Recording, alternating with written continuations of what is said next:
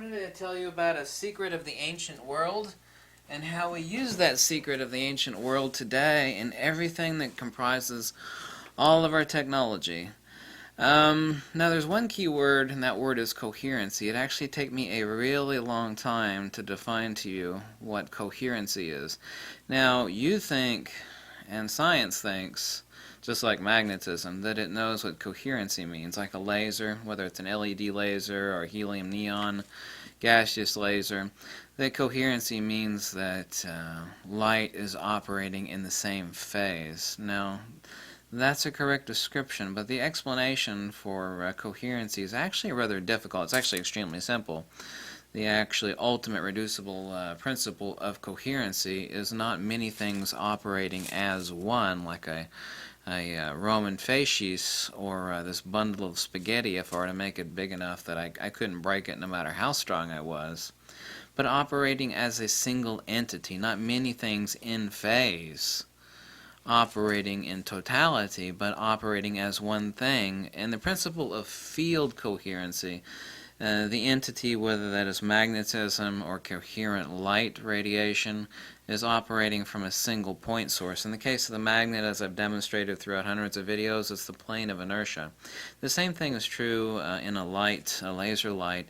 It took me a really long time to get into explaining that, however. Now, I don't know if this is actually found on the dime of the United States. This is actually found in the Roman symbolism of the facies, which is a bundle of twigs or sticks that are tied together, usually represented with an axe in the center, for indicating strength. Now, this symbol actually goes back much, much further.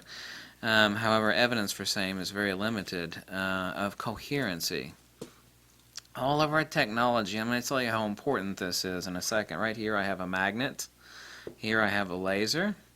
And it can be something more simplex. It doesn't actually have to be simplex field coherency. It could be something as simplex as self-similarity in like crystalline growth. No, I'm not going to be talking about New Age stuff here at all, okay? I have nothing to do with the New Age movement or anything associated with that. The facies, like the Roman facies. A lot of you people have seen that. I mean, it's on old eagle symbols, where there's a crossed facies across the eagle with its wings spread, and of course the Roman symbol for strength and unity, operating many individual parts, operating as a single entity. But the principle that you don't understand, and which is going to define all future technology, is that we've only scratched the surface. Now, we know that magnets are in everything. Magnets are in this microphone, tons of them in this computer, and the camera that's filming my ugly face. I mean, everything. Magnets everywhere. Okay? Now, there's no branch of science that has ever, A, defined what a field is in principle, nor has it explained what magnetism is. I've actually had a lot of people scoff and say, sure, we know how a magnet works. I say, really? I said, you just go to any one of the top 5 manufacturers on Earth for rare earth magnets, and they will tell you on their fact page that nobody knows how well, I do now, thanks to my book. They'll tell you flat out, like, no, we have no idea how magnetism works. Instantaneous action at a distance, how a field works. I want to point out something really obvious to someone that's a thinker, but incredibly unobvious to basically anybody else, which is like 99.9% of people. What defines, then we're going to talk about the importance of how this is going to change the world. It's also going to be, if you live long enough for the next 30, 40, 50 years, you're going to see anti-gravity devices. How anti-gravity works. Gravity is not an autonomous field modality, by the way. It's simplex incoherent dielectric acceleration. Anti-gravity devices in the conventional vernacular will exist. This is undeniable. It is irrefutable. Everything can be conquered using field coherency or self-similarity single point source coherence. You know what a fractal is? It's like no matter how much you zoom in or zoom out to a fractal, it always looks the same. It is self-similarity at every level. Now this follows the golden ratio, the golden paradigm. Now let's take this magnet for example. It's a neodymium iron boron. It's chrome plated. What do you think even defines a magnet? There's only one thing that defines a magnet before this was turned into what we call a magnet. Before this was turned into a magnet, it was a useless hunk of ceramic neodymium iron boron. It doesn't matter if it's a ferrite or a samarium cobalt magnet. Okay, it doesn't matter what type of magnet it is. When it became a magnet, there is absolutely no bit of quantity changed as to the nature of this item or anything else like it. The only thing that changed was its attribute, its quality. The quality of that which changed before it became a magnet and after it became a magnet is field coherency. Everything was operating not like this, but like this. Simplex, the geomagnetic precession of the reciprocating precessional hyperboloid that defines the space and counterspace principle of the conjugate nature of the universe, i.e. magnetism, space and counterspace, the creation of space. I shouldn't have said space and counterspace. The creation of space from magnetic reciprocation, i.e. the loss of inertia, is coherency. This is a completely different item, even though the nature of it in weight and every bit of quantity has remained 100% unchanged. Simply by changing its attributional field coherency, we've turned it into basically the most useful device on the face of planet Earth. I mean, they're needed for cell phones, for speakers, for computers, for microphones, for everything. Requires coherent magnetic devices. I mean, nothing. Every motor, AC generator, DC generator, everything requires a damn magnet. But do you even know what that... Now, explaining magnetism is difficult. That's why it took hundreds of pages for me in a book and many, many more hundreds of pages to add to tell you how magnetism works. But what defines a magnet is an item that has complete field coherency. It has self-similarity, it's called incommensurability. Now, that's another complex term that's hard to actually explain. The ancient Greeks understood what incommensurability was. Now, the only time the actual ancient Pythagoreans are accused of actually murdering somebody was someone who was an ancient Pythagorean who was murdered supposedly at sea, pushed over a boat, and drowned to death for letting slip the secrets of incommensurability. The key and most fundamental, and I have that tattooed on my hand too, by the way, the secret of Pythagorean incommensurability, for revealing the secrets of Pythagorean incommensurability. So what defines a laser as opposed to like a normal light? It doesn't matter if it's an LED laser, a helium neon laser, or an argon light. It doesn't matter. Field coherency. You notice how like a 5-watt light bulb, probably most of you have never seen a 5-watt light bulb. It's worthless. I mean, you can't do anything with it. A 5-watt laser, however, will burn a hole in your damn ass. It will burn a hole right through your clothes like that, and then it'll burn a hole in your ass, and you're going to end up in the emergency room. 5-watt laser, you could stare into it all day long and it won't hurt you. 5-watt laser will burn the back of your friggin' cornea out, and you will be absolutely totally blind for the rest of your damn life. 5 watts is 5 watts, right? No. Let's just say this is 5 watts of light. Or this is the incoherent magnet. Well, I mean, I can take any one of these pieces and break them, but if I actually put them in a large bundle, a little bit larger than this, of course, you know, they become a force that with enough pressure and application will actually punch a hole through this table. If I take any one of these pieces of spaghetti and they become useless, it's totally useless. What do you think defines this magnet before it was turned into a magnet? What do you think defines this laser of, no, this is not a 5-watt laser. What do you think would define a 5-watt laser instead of a 5-watt light bulb? The future of human technology and our inventions is going to hinge upon one thing, and that is the harnessing of further additional field coherencies in special arrays. Antigravity will be one of them. Saying antigravity, it makes me actually cringe because gravity is not some autonomous field modality. There is no such thing as gravity. Obviously, this is gravity, this accelerating towards the Earth. I'm not saying that doesn't exist. My point is that it is nothing. Everything is electrical. Okay? Everything's electrical, dielectric, magnetic. Ultimately, there's only one thing. Human stupidity has us believe that there are 4 field modalities. There's dielectricity, electricity, magnetism, and gravity. No. That is no different than a moron who thinks that water is one thing, steam is another thing, and ice is another thing. We got 3 different things here: water, ice, and steam. No, moron. They're exactly the one and the same thing. Dihydrous oxide, i.e. water. The one thing that's going to define human technology and the advancement of human technology, we think we've done a lot, and we have. Simply, but we don't understand this yet until I came along. Yeah, I'm the first person to actually write a book on how magnetism works. It's been incredibly popular. I'm 100% correct, and I'll debate anybody in the world on that book. That book is only in its 3rd edition. There's going to be at least 5 or 6 editions of that book. The only thing that defines this magnet is field coherency. Before it became a magnet, worthless hunk of nothing.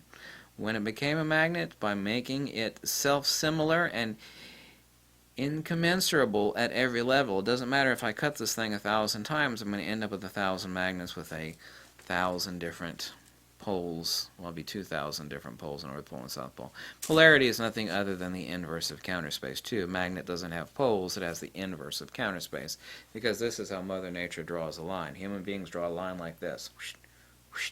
Mother Nature only draws lines like this. Very, very simple. That's the easiest way actually to explain polarity, which I've actually done in countless other videos. The point being is that advancements in human technology, where all these amazing sci-fi things are going to pop up in the next 50 years if humanity doesn't destroy itself because it's full of a bunch of knuckle-dragging, mental midget morons that are hell-bent on assassinating every other human being on Earth, if they don't destroy each other, will be the fact that we will harness different field modalities in different arrays, in different complexities, and we will conquer all the forces and fields of nature. I'm not saying we're going to live forever and all this utopian, real. I'm not talking about utopian BS. Human stupidity remains a constant. I'm talking about those, oh crap, gadgets that are going to be flying in the sky or going to hover in midair, amazing power devices, and it's all going to be based upon one thing and one thing only: coherency. The worst part of talking about coherency is that it's so hard for me to explain to you. It's not about many things operating as one. It is about single point source power. And when you actually have an aggregate operating as a single point source entity, like a bag of rocks, as opposed to those same rocks that are melted together into a giant boulder, you can jump into a pile of rocks. Or a pile of rocks could be thrown on you, let's say gravel rocks, no big deal, but if you actually take all those and melt them into one giant entity, a boulder, it's going to smash and kill your ass. It's going to do some serious damage. Just like a single piece of spaghetti, can't do anything but put it against this table. If I take a big enough group of spaghetti and have them operating as a single entity, it'll punch right through this damn table. If I had more strength, of course. Let me give you one last secret before I end this video. The secret to actual anti-gravity, and the term itself is meaningless because it's not anti-gravity, it's actually, since gravity is incoherent dielectric acceleration, and that's actually really simple to understand if you know what I'm talking about, because these terms are not that difficult, is going to be an omnidirectional coherent field array, or an OCFA. Another way of actually thinking about it is a vectorless coherent field array. Vectorless coherent field array. Now, since gravity is incoherent, how do you make an omnidirectional, which means, you see, the premise of coherency is that it's operating coherently. And the answer for this is very simple, but I'm not going to give it to you because I'm only going to give away so much. How do you make something that is definitionally coherent? How do you make, and the key word in this is array, omnidirectional coherent field array. You have omnidirectional incoherent acceleration, i.e. gravity. How do you actually counteract that incoherent dielectric acceleration? And the answer is an omnidirectional coherent field array. Or, if you want to look at it from the premise of a vector, because the same thing with weight. Weight is not an entity of it. So weight is location specific, it is vector specific, and it is medium specific. It's kind of like if you took like a 500-pound person. I'm not that heavy. There's no way a little 4-year-old girl is going to lift up a 500-pound person. But you stick that 500-pound person, you stick them in water, a little 5-year-old girl can push around a 500-pound person in the water, no problem. So that's a medium. The person's resting though. It's a weight. Weight is, completely relative to location, vector, and medium. And gravity is the same way. Since it is an incoherent dielectric acceleration, the ability to null this is, first you have to null it, and then you actually have to have enough power to counteract that acceleration, and that's another matter, is an omnidirectional coherent field array. It wouldn't be permanent magnets. It would be electromagnets. But the answer is very simple. My point being about this video is not a discussion about anti-gravity devices. However, the reality of those is 100% real. It is not science fiction, and those will be out. If you live 20 or 30 years, you're going to see one, probably a lot sooner. If I have anything to do about it, it'll be certainly a lot sooner. And I'm not the only person, obviously, that's working on that. I'm actually not working on it. I need a mock-up of a certain device that I've already created, which I've made several videos about, and I've had a couple people actually build that device. Coherency. All of our current amazing technology is based off of one thing that you do not understand. You don't even have to understand how a magnet works. Okay, I explain how a magnet works in the book, but you need to understand one thing, that incommensurability or self-same similarity. You know, you could take the constituent components that make up this beautiful crystal and incoherently by themselves are nothing other than a pathetic pile of a silicon molecular dust in your hand. You know, but this is coherent, is beautiful. We actually use these as timing devices, well, at least we used to, in watches, and quartz is actually useful for all sorts of scientific things. That magnets are useful for everything. But if this was not a magnet before, before it became a magnet, it is infinitely useless. The only thing that makes this particular device infinitely useful is not that it is any different in any way, not by any measure. Only its quality has changed. Not the quantity, not the size, not the shape, nothing other than the quality of its attribute, in that it is operating as an incommensurable self-same device at every level. It's the same reason why you can't cut out a North Pole from a South Pole. Do you understand that? Do you understand how important a statement that is? Do you understand how important a statement that is? That means that there's no North Pole located here and a South Pole located here? No. It is incommensurable. I could slice this 1,000 times and I'll end up with 1,000 magnets, each with a North Pole and a South Pole.